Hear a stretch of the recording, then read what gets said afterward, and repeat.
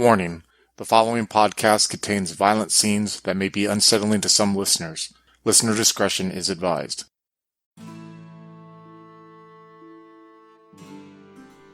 A poor soul of noble origins, a squire tested in battle, a knight-errant forged in Camelot, a man strengthened by love. Join Adam as Sir Goliston and Craig as the Game Master in Blood and Lust, a King Arthur Pendragon duet game of chivalry and mythic adventure. Let us win glory for our king, who will reward us with honors and lands, and the devil take the hindmost.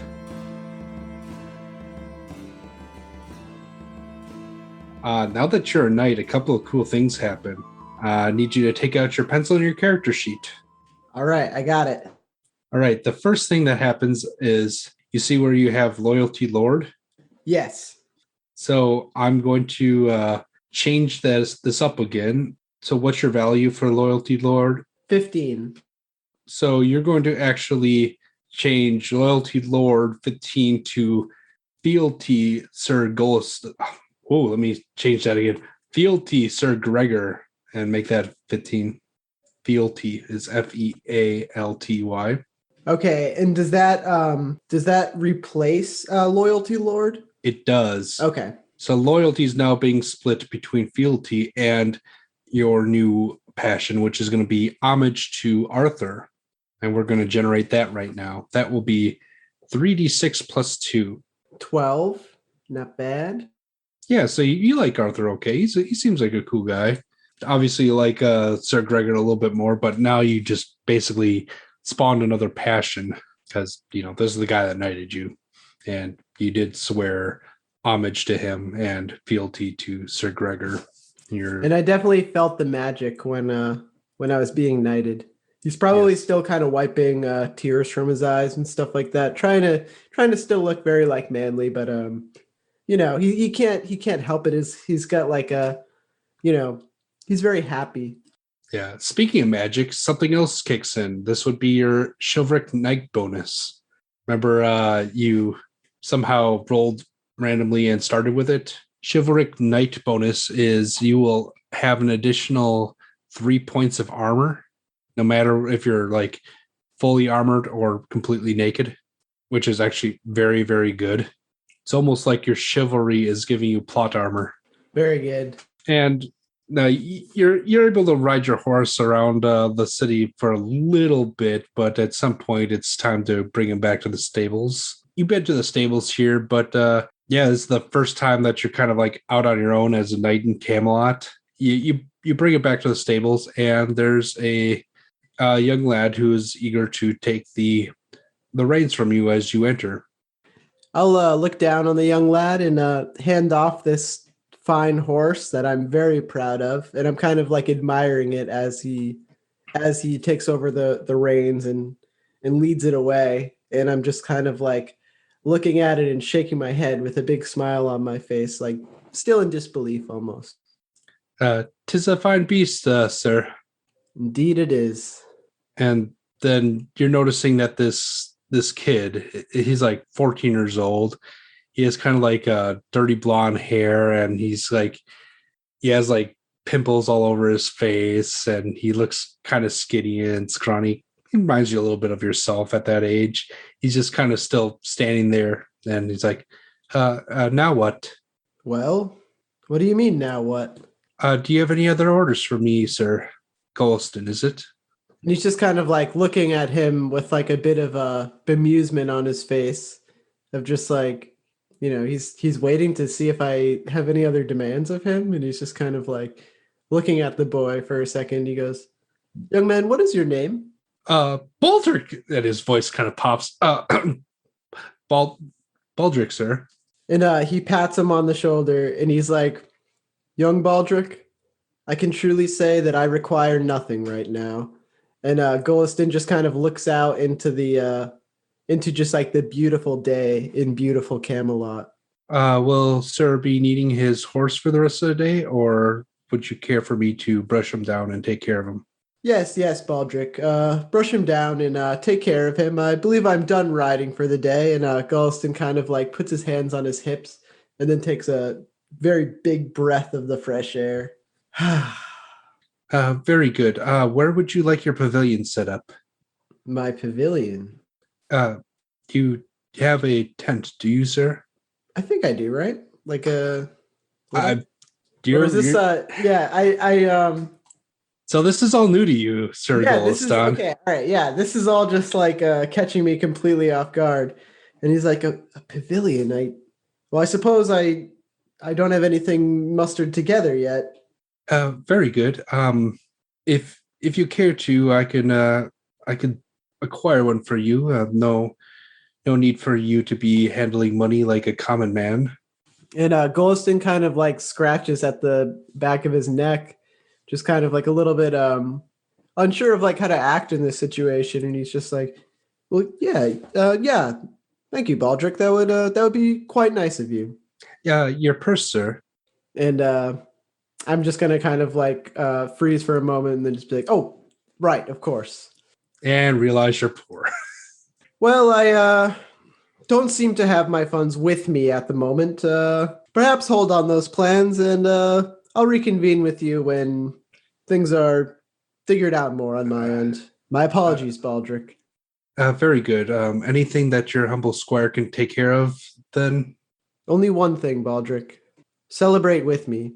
And tonight, Okay. I want you to drink your fill of wine. I want you to make sure that you eat all that you can in celebration of tonight, in celebration of this fine kingdom.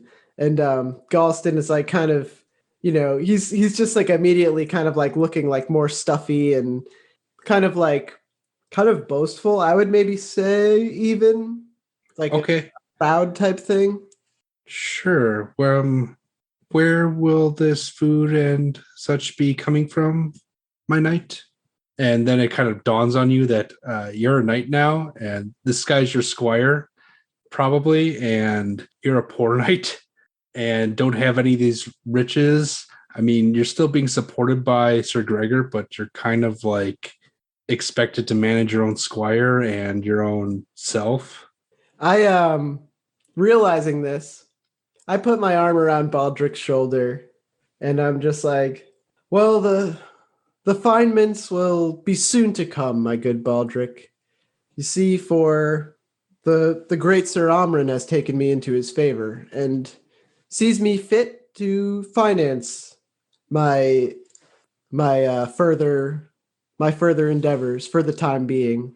And you, as my squire, Baldric, will surely reap the benefits. I see. Yes, Sir Amran is a quite generous friend to have. Um, but for now, shall I make you a straw pallet in the stables? Ah, yes, Baldric. That seems fitting. Yes, his best trait is prudent. And as he works on this, Golston will kind of chatter away to him, just, yes, Baldric, now that you're friends with me, things will be very different going forward. Very good, sir. As he's like getting the horse shit out of the bedding that you're probably going to be sleeping in the night. So you could update on your character sheet that you have a squire named Baldric. I like it, Blackadder. So the days go on, and towards like you still attend to Sir Gregor, but his personal needs are being met by other squires. Particularly the one who tried to steal your job a year ago by handing him the helmet and refreshments on the battlefield. But that's his problem and his responsibility now. You're a full-fledged knight of your own. You check in with him every once in a while, but basically he's like, well, we'll stay at least till the contest for the Queen's Knights, and then you could attend me on our progress back to Cambria. You do want to try out for the Queen's Knights, do you? He asks. I've been pondering it. I believe I might. Excellent. Well, they're meeting in the fields outside of the castle gate in a couple hours. Well, then surely I must join them. And Glowston kind of like raises his shoulders a little bit and just kind of like stands up straight to look as big as he can. It's not difficult because you are a big lad. In fact, you probably heard rumblings from the tailor when you picked up your clothes the other day that he had to use extra cloth for it. Oh, that's perfect. So yeah, you make your way outside, and are you dressing anyway? You bringing anything with you to this? You're not really quite sure what the contest will involve. I'm kind of wondering, yeah, if I should wear, I don't know, if I should wear my like finery or if I should wear my armor or what the move is. Is there any way I could try to see like what I know about what others will be doing? Maybe through hearsay or what I could observe about this type of thing. Absolutely. Let's make a intrigue skill roll. Oof, 9 on a 5, no dice. No, I mean, you're asking around, but this is still a relatively new thing, and like you're not sure who to ask because you ask some knights, but they've heard of it, but they don't think a lot of you should be in with it, or like you might be a little too afraid to approach some round table knights, maybe something like that. But I'm gonna wear chainmail.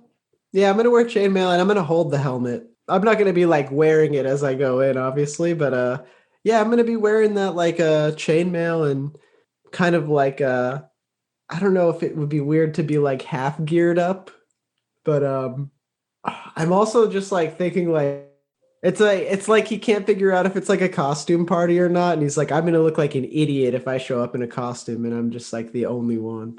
So he's like kind of just like, do I wear just clothes? Like I don't but I think he's going to like maybe wear just like his typical pants and just like have like this chainmail shirt on over it so that if he's just like under you know, if it's under it's whatever, but if he's just like looks like a fool for having brought this, he can just take it off and have Baldric hold it. excellent. Are you bringing a horse? You bringing your squire? I am bringing my squire. I'm not going to bring the. Actually, I am going to bring the horse. Of course, this there could be riding involved in this. So I'm bringing Baldric and the horse.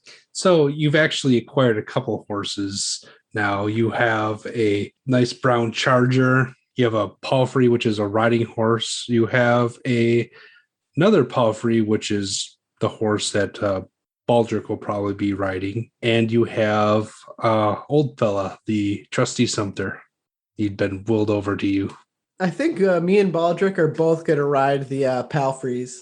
Yeah, that's a pretty good middle ground because you don't really know what's going on here. You throw your chainmail on and mount up on your palfrey, and Baldric follows suit at your lead, and you head out outside the gates, and you see a couple of knights. A few of them brought horses. Like there's like a pavilion set up, and instantly you recognize your old friend Sir Amron, who's kind of palling around with Gawain, and he kind of waves at you and says, "What are they wearing?" "Oh, they're wearing their finest. None of them are wearing armor. You're the only one in armor." Yep, I take it off and hand it over to Baldric, and I'm just like, "Now listen, my young lad. Do not get this dirty, and by no means lose this item. Protect this with your life."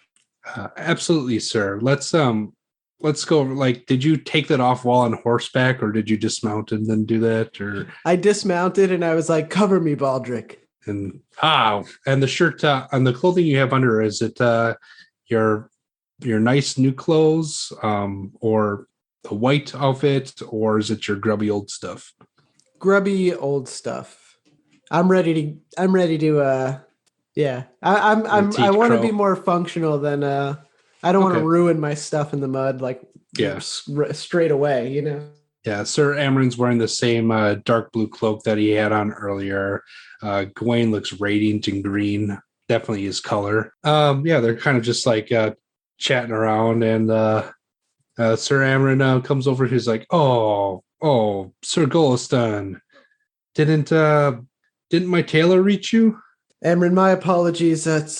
Sorry, Sir Amron, my apologies. It's my first time attending an event such as this, and I must admit I was not quite sure what to do. Oh, let me educate you a little bit. So I know you're you're a young knight and you're a good lad. Sir Gregor thinks the world of you.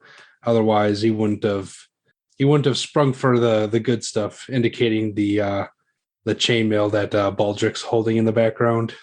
But yeah, so let me educate you. So basically, our good Queen Guinevere holds her trials for her knights every year, and this is our chance to show what we're made of and serve on her guard for the year, if that's so our desire. There's a lot of rules to this thing. They're calling it romance now. Like it's all the rage in France. Have you heard of romance, sir? Only what I've heard from my lord, but I do think I favor the style and ideas of it. Quite intriguing to me. Oh, so you're aware of the rules of courtly romance then? Yes. He is lying, by the way. Okay, check your deceitful. He feels very embarrassed, so I think he's trying to damage control by lying. Mm-hmm. I mean, wait, actually, what is your honesty trait? 16. So this is a notable trait. So if you want to lie, you have to roll against it because you are like known like through like the entire region for being super honest. Yeah, he's probably like, I cannot tell a lie. So he probably would actually just like, he'd be like, even if he did say that, he'd probably be like, he would admit that he had. Let's roll to see like where you fall. Okay. So roll your honesty first. That's a fail. 18 out of 17. 18 out of 16. Sorry. All right. Roll your deceitful. That's a 20 on a 4. Oh, so this is a fun part of the system. You failed your honesty, so you bring it over to the right hand to test your deceitful. You botch your deceitful, which automatically succeeds on your other side. So check your honesty, and you probably do exactly what you said, where like you probably lied and then caught yourself. And then I'm just like, Sir Amran, this is not true. I know nothing of romance. Well, my lad, you come to the right place, sir. Well, we'll see if Gawain and I can get you kind of tutored up before this contest starts. So between the two of them, they kind of like explain the rules of romance, or at least like the current version of it, because Sram is like, I hear she's working on an even more complicated one, but this is what we have now. So I'll just read over these real quick. Number 1, a lover will avoid greed and will be generous. Number 2, a lover will keep himself chaste for the sake of her whom he loves. A lover will not knowingly strive to break up a correct love affair that someone else is engaged in. Number 4, a lover will not choose for his love anyone who a natural sense of shame forbids him to marry. Number 5, a lover will avoid falsehood. Number 6, a lover will not tell many about his love affair. That's a fun one. Won't tell many. Number 7, a lover will be completely obedient to his lady.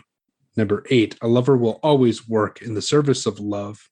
Number 9, a lover will always be modest. Number 10, a lover will speak no evil. 11, a lover will not reveal others' love affairs. Plural. Others, apostrophe, love affairs, also plural. 12, a lover will be polite and courteous at all times. And 13, a lover will never exceed the desires of his lover. So, in a few minutes before the queen and her entourage are about to show up, they kind of school you in love. So you can actually check your romance for your quick schooling. Yeah, Goliston is like, I think love and romance is pretty cool. So there's like a lot of rules to it, though. Sounds hard, but I like the idea. All right. So the Queen Guinevere appears in all her radiant glory. So this is the first time that Sir Goliston is seeing Our Lady the Queen. So let's see how he feels about her. All right. Can you give me a lustful roll with a +10 modifier? That is a 14 on a 7. So that's a big fail for me. So actually, with a +10 to your lustful, that would be a 14 out of 17, which is a pass. So upon seeing Guinevere, first check you're lustful. And this is kind of how you feel about her, according to the book. You would want her if such an admission were likely to be fruitful, but of course it isn't. After all, she is the king's wife. Gain a passion of Amor Guinevere equal to 3d6. So you're kind of taken by her. She is that beautiful. She is like the gold standard of the time. So if you could roll me 3d6 and add yet another new passion. 12. He's quite taken by her. Hey, you like her, right? You like her as much as you like King Arthur. So Guinevere is Guenever. Now, typically, you could only have one Amor passion. However, Guinevere is the exception to the rule because she's just that beautiful. And even men who are perfectly married will be like, oh, yeah, of course, that's the queen. Yeah, of course, if that were possible. But the book's fun. Like, if you would have, like, critted or fumbled, like, you could have been, like, suspicious or, like, super into her to the point you act super awkward every time she's around. That's really cool. I like that that she can kind of be like your extra Amor passion because like no matter who you love, like chances are like you're still gonna be pretty taken by her too. She's like the most beautiful lady or whatever. So I think that's like wicked cool. So she's super graceful as she dismounts her palfrey, and she's attended by a bunch of ladies in waiting and handmaidens who get her seated underneath the pavilion, like shaded area that has been set up. And you know she's looking smoking at this point. She has beautiful blonde hair, like ample hourglass figure. You could see what Arthur sees in her. She at this point states that the contest this year for admission into the Queen's Knights will be falconry. So run along. You have 30 minutes to procure your boards and meet back here. And she dismisses you. Oh boy, not my strong suit. Yeah, I just try to ready myself. This is like something that I have a very low. Well, I have base skill in falconry actually, so it might even be likely that I've never done it. You probably saw Sir Greor do it, but that's probably about it. And he's trying to talk himself up. He's like, how hard could it be, eh, Baldric? Quite difficult, sir, if you don't have a bird. Ah, indeed. I didn't think of that. So I guess like I have to sit this one out then. You could purchase one if you had the funds, sir, or perhaps borrow one if you have friends among the knights. I'm going to kind of like slowly approach Sir Amron and be like, so... falconry. Oh, yes, it's quite exciting. Are you ready for the engagement, sir? I must admit, I did not bring a bird to these lands during my travel. I must admit, I do not have a bird at all. Oh, say no more. And he gestures for his bird boy who comes up. He has like this little, it looks like a pallet of wood with suspenders with like birds seated and perched all around him. And he's like, please take your pick. And there's like, he has like a peregrine falcon. There's a couple other birds. There's like these little sparrow hawks that you might recognize. There's like a ghost hawk on there. He's like, please take your pick. Goliston will be like, this one looks suitable. And he goes to reach for it and it just starts like scratching the hell out of him. And he's just like, Oh, perhaps that one's a bit more spirited than you're ready for. Perhaps one of these. And he gestures to a couple of the smaller birds. Absolutely. So which one are you going to grab? We have a peregrine falcon, which kind of try to scratch the shit out of you. There is a merlin, there's a ghost hawk, and a sparrow hawk. I take the sparrow hawk. Yeah, it's a little guy.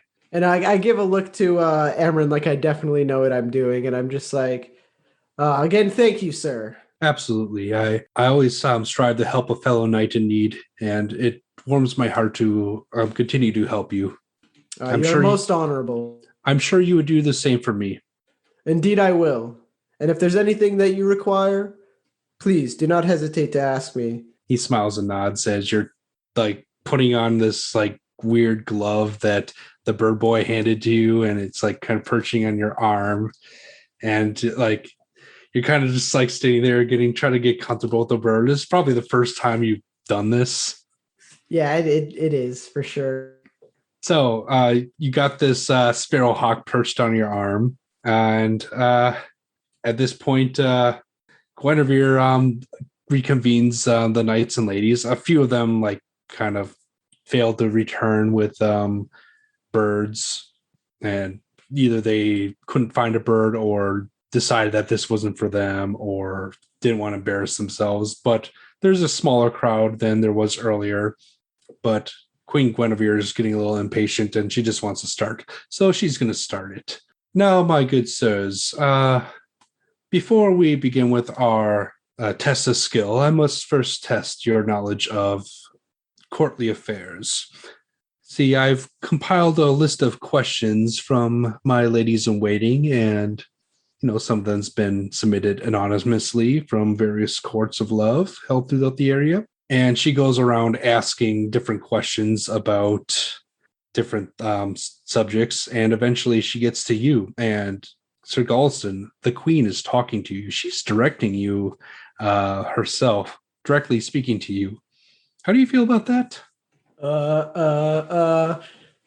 He's definitely like very nervous. There's probably like quite a bit of sweat that can just be seen starting to form on his forehead, and he's almost like choked up, like he's nervous and he doesn't know like what he's gonna say. He doesn't know what she's gonna ask, but he is so afraid of messing up right now because he's like, I don't know if I can go on living if I make a fool of myself in front of probably the most beautiful woman I've ever seen. Plus, you got this weird bird on your arm, and she's like going with the questions while you have this bird on you. So that's kind of awkward. Yeah, it's super awkward. And me and this bird are still probably not like bonding as well as I would have hoped. So she asks the first question of you. She asks, through feats of arms, may a base-born man ennoble himself? Yes, he can, my lady. Anything else, Sir Knight? Any explanation? By feats of arms, simple and common man can occasionally rise above his peers and prove his worthiness.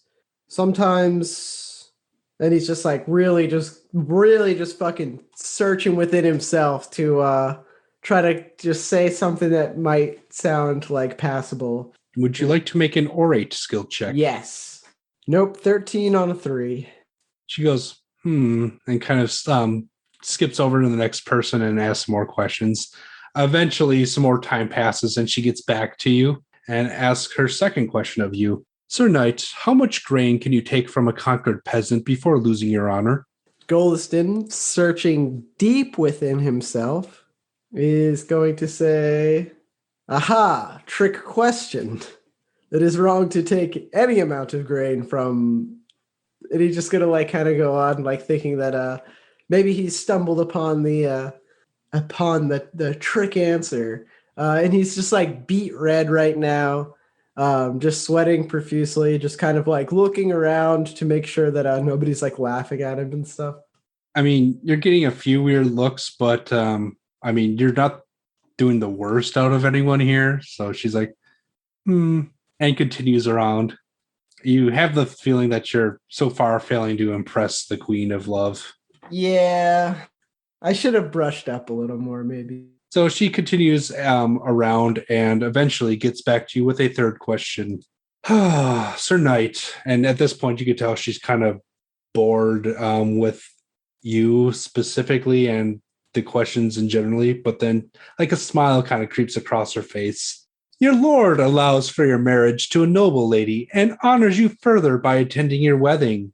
Your king stops by your table during his progress and you seat him at the head position of your table. Of course you would. Does your hospitality, therefore, extend to giving your marriage bed to your king on your wedding night? Goliston, being a pretty chaste person, is kind of just like uncomfortable even approaching the subject. And you'll see he kind of like pulls at the collar of his shirt, and he's just like, Do you have one's wedding any night. do you have any particularly high passions or traits that kind of fit this? Like, how do you feel about hospitality or homage Arthur, or like love family, or a more Guinevere even? So hospitality, is that generous? Hospitality is a Oh, passion. that's a passion. Gotcha. So my Yeah. passion for hospitality is like 17. And yeah, my homage to Arthur is pretty big too. So I think Goliston, after like choking down his embarrassment and just like not really like he's like, he's like, I don't want to talk about sex, but he'll eventually just be like Maybe anything for my king. maybe we'll do a roll, either hospitality or homage Arthur versus your chaste trait. Okay. I'll roll my hospitality versus my Chaste. chaste. Okay. That's a fail on hospitality. Let's see what we get with the chaste. And that's a pass on chaste. So first off, check chaste. So I think like because of your high hospitality and homage Arthur, you initially had that thought of, yeah, of course I'd let my king use my bed for the night. But then there's like, wait a second, it's my wedding night. So I think your chaste would win over. So how does that influence your answer? He's like still just like very uncomfortable talking about it, but he's like, you see, one's wedding night is a very special occasion, not really the type of thing that you can share with another person. It's quite sacred a custom, even beyond some of the loyalties that we hold as men and as honorable men. And he's just like trying to explain as best he can how he would not be down with it. Sure. And you get some like approving nods from some of your fellow knights, like they're on your side for this one. And you get this like wild smile going across Guinevere's face.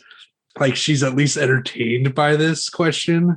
And she goes, And there's a little bit more mirth in her laugh this time. And she goes on to the next person. Eventually, the questioning is ended, and she indicates that it is time for the falconry contest to finally begin. And like the entire time, your bird's been like pecking at your arm and just walking around, and your arm's getting tired from holding it up. Then you're just like so glad it just didn't decide to bolt or like scratch at the queen or something. But it's finally just time to show what skill you have with falconry. So, a few small game birds are released into the air, and one by one, you're sent to test your skills. So can you give me a falconry roll with no modifiers? I rolled a 1. My falconry is 3. Lucky bird. So you're probably watching a few of the other knights as they do it, and yeah, it must be a lucky bird or something, because you kind of lift your arm and set it off, and it goes back and clips the wing of the dove and brings it back. It doesn't do anything fancy or flourishable, but it returned the prize to you and like hop back up on your arm, and it's kind of like looking at you with its head cocked, like waiting for something. And I give it like I don't know, like if there's like seeds or whatever you do to reward Probably a bit of meat. a bit of meat. Yeah, Baldric, quick, fetch that meat. Yeah, he right away, my lord, and he goes and finds some meat in your saddle pack and proffers it to you, and you feed the bird and stroke its head a few times, and you're feeling pretty good about yourself. Make sure you check your falconry. Good boy. Speaking to the bird, not to Baldric. Aw. So, despite your mediocre performance at falconry, you were not chosen as one of the Queen's Knights for this year, but at least you tried. So you return the bird to Sir Amaran, who is like, well, you got a little bit to learn, young man, but we'll make a chivalric knight out of you yet. I'm gonna when I give my bird back to Amaran, I'm gonna thank him again, just so he knows that I don't take lightly all the favors and generous things he's done for me. Think nothing of it. I hope to see you again next year. Absolutely. And I'll be brushing up on romance, the courtly ways, and of course my falconry and other skills. I know you will, my lad. And you depart. You're with Sir Gregor on his enormous now train, because now it's 2 full knights with squires and several horses each, and you even have old fellas following at the rear, and Baldric's riding around leading the rest of your horses behind him as they're tied up, and you're heading back into Cambria. And Sir Gregor looks proud as all punch to have like such a chivalric knight such as you on his household. And you're talking, he's like, oh, that kind of stinks you didn't make the Queen's Knights, but it's not an easy thing to do, so he's not ashamed of you or anything. At least you tried out, and you, from all reports, gave decent answers to some of the questions at least, and at the very least you amused the Queen. Well, I'm glad I was able to at least do that. Sir Gregor, I admit I have a lot to learn. Yeah, and there's plenty of time, my boy. Or my young knight. And he kind of smiles. And as you're riding away from Camelot, you're probably in your full harness and everything, because at this point is when you're still showing off. You ride a few hours out of Camelot, and one of the crossroads going west, you notice that there is a pavilion perched right at the crossroads, and you see a few fine war horses there as well.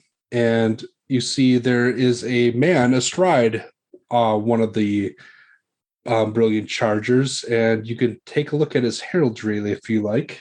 Yeah, I definitely look. Do I make a heraldry roll? Yes, please.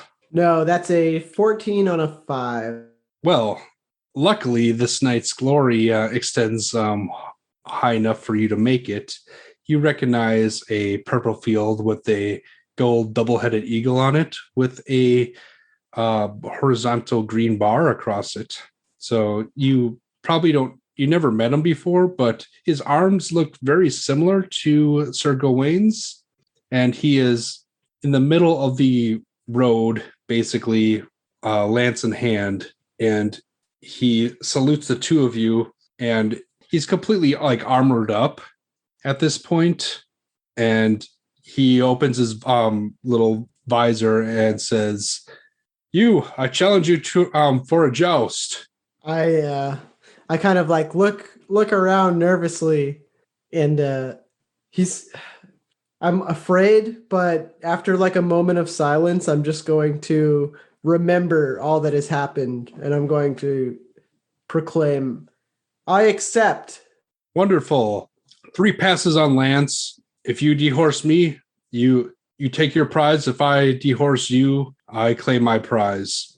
And he looks over at Sir Gregor's like, Sir Gregor, as a knight of the round table, I am obliged to give you the road. But for this young man, he's already made his intentions known. And Sir Gregor kind of shrugs and kind of trots with his horses forward and kind of waits for you on the other side. And Baldric's kind of scrambling around, handing you up your helmet and your lance. And you kind of get off the road a little bit and get into the field next to it to do some passes. So do you feel particularly passionate at all? Not. It's kind of more just a matter of he's new to being a knight, and admittedly he's very new to a lot of the customs of this, and he wants to honor somebody's request because he's a generous person. Well, your opponent is feeling quite passionate about it, and he's going to impassion. So you kind of get that feeling like your opponent's kind of trying to pump himself up a little bit. So he impassions himself. You can impassion if you want. I want to impassion over my my honor. It's my honor as a new knight. Yeah, that's to defend it. Quite appropriate. So roll your honor. Nice. 12 on a 18. All right. So you are feeling quite inspired with your honor, and you you want to maybe impassion your spear expertise because that's what you'll probably be using. Yes. All right. He's going to do the same. Or, well, he already impassioned and succeed. So you'll each get a +10 to it. So should I roll my spear expertise? Yes, please. And you have a +10 to your skill. So that's a 10. My base skill for that was 15. So I guess +10. I don't really know how that would work. But okay, so if I'm rolling out of 25. Yeah, your base skill is 15. So basically you had 5 to get up to 20, and then once you get to 20, you kind of subtract back. So you would crit on a 10 or better. So you crit. He also crit. So you kind of both like hit each other in the first pass. So because you both crit, can you just roll me a single d6? 4. He rolled the same, but I think your armor would absorb both of it. All right. Second pass. Roll again. 3 on a 15, so that's a pass. But you're still impassioned, so you would crit on a 10 or more. So you got a 3. You got a regular pass. He crit, so he's going to roll his horse damage. 26. What's your armor? So I only have like listed my Gambison helm and shield, so that was 8 points. But then yeah, you'd be a partial plate now. Okay, and then I know that because of my like chivalry thing, that's another 3. Another 3 points. Okay, so partial plate would be 14 points plus your 3, plus you got another 2 because you actually made your rule, so you got your shield. So that's so you got 12 points that carries over. What is your knockdown? 18. All right, so it's not double knockdown, but the total is still enough to make you need a horsemanship roll. That's a fail, 17 out of 10. And take an additional 1 point for the fall. So he actually manages to knock you off your horse and you fall. So that would be 13 points of damage you take. What's your major wound? 16. Okay, so you don't have a major wound, but you're pretty banged up. You're on the ground. He's standing over you. He opens up his visor and he's grinning. And I tell him because that honestly brought me down to like below half my total hit points. So I'm just like, jousting's dangerous. I yield. He's just kind of smiling, as you should. And then he kind of reaches across, grabs the reins of your horse and starts leading it away and yells, "Boy, his armor next." And your squire's kind of standing there looking shocked and dumbfounded. Shit. I thought he was going to take one thing. Well, are you doing anything about that? Well, this is embarrassing, but I did agree to the terms. So, I mean, I feel like he gets to keep my horse now, as much as that sucks. I don't know what I can really do about it. I'm not going to... He's asking your squire to help you out of your armor as well. I am going to say, but sir... You said to name your prize. You picked the horse. Isn't that surely enough? You agree? Yeah, he'll look at you and you see like a flash of like rage in his eyes, like, this is my prize. I claim it all. Well, this is embarrassing to go the entire way home without the stuff that I... Oh, shit. What was your prophecy? That I would lose... that I would lose... You would lose everything. That I would lose everything. And, he's going to almost speak up to argue, and then he's just like, "Oh, it was right. Very well, sir. Fair's fair." And you'll see he just with just like a very like kind of like a mean look in his face, he's going to try to stand himself up as best he can. And when Baldric goes to help him take the armor off, he shoos him away. He'll take it off himself. And he goes ahead and he begins to take it off, just giving him a nasty snarl as he does it. So you kind of like leave your armor and your brown charger at the pavilion and kind of like remount on the palfrey you're on, and probably eating quite a bit of humble pie at this point after being dehorsed by the knight. Yeah, he's just been bested in the worst way, just been completely humiliated by being stripped of all of his important belongings, essentially. I mean, he All didn't of take your the sword or spear or anything, but right, but it's more so that the things that he took were like gestures that were like recently given to him, and they're just like kind of like the signs of his station. And he, I guess he's just like a bit naive because he didn't think it was going to be this way. He thought that he might lose the horse, and but he was hoping he wouldn't. But he was like, if I lose the horse, I lose the horse. I can hope to someday get another horse is fine, but losing the armor was just quite the blow. I think he just like it's like almost like he walked right into it though, because he didn't, it wasn't clarified. It was just you pick your prize, and his prize was the horse and the armor. And as much as he hates it, it's not necessarily unfair, and he was beaten. So now he just kind of has to swallow that, and just yeah, he's just full of embarrassment right now.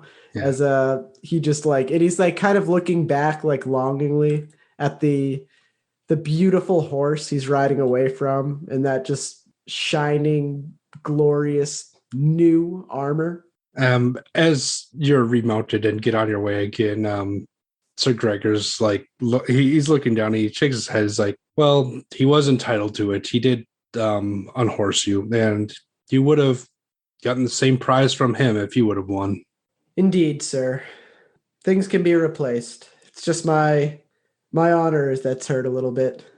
And Baldric kind of speaks up. He's like, who was that?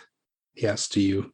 So I think that like, even though I didn't pass my recognize, like his reputation kind of superseded that. So I might know, right? You did pass the heraldry roll, and assuming that that man belonged to those arms, you would know that that would be Sir Agravain of Orkney. Baldric. That is Sir Agravain. Quite notable man. I should have considered accepting his challenge a little bit more. I think my newfound station has gone to my head a little bit. I think Goliston like chatters away at Baldric like whenever he can, really. Yeah. And Baldric's kind of just like nodding along with it. And I mean, to give you a little perspective, the notable traits for Agravain are cruel, arbitrary, and suspicious and proud. Oh, wow. And he is known as the Knight of the Hard Hand. So yeah, I'm gonna definitely kind of like talk to Baldric a bit about his reputation and just like how he's clearly earned those descriptions as we've just seen. He is unflinching in his willingness to mete out his own brand of rough justice, in contrast to his more heroic older brother Gawain. He has earned a reputation for malice and duplicity. He is cagey, observant, and fiercely loyal to his kin. It's kind of one of those situations where even though he was bested and just like made a fool of by this guy, he can't help but think that he's pretty damn cool, just for like his attitude and his skill, first of all. So like, even though he's been bested really hard, it's like almost like it just kind of like makes him think he's like even cooler. He's just like, man, that guy's so badass. And with the recognition of the badassery of Sir Agravain and your humbling on the proving ground of knighthood, you, Sir Gregor, your new squire Baldric, and the massive train of Sir Gregor's entourage continue west to Cambria for whatever adventures might await you for the next coming year. I like knights. Do you like knights too? If so, check out our Scion, Temptation, and 13th Age games for more chivalric role-playing.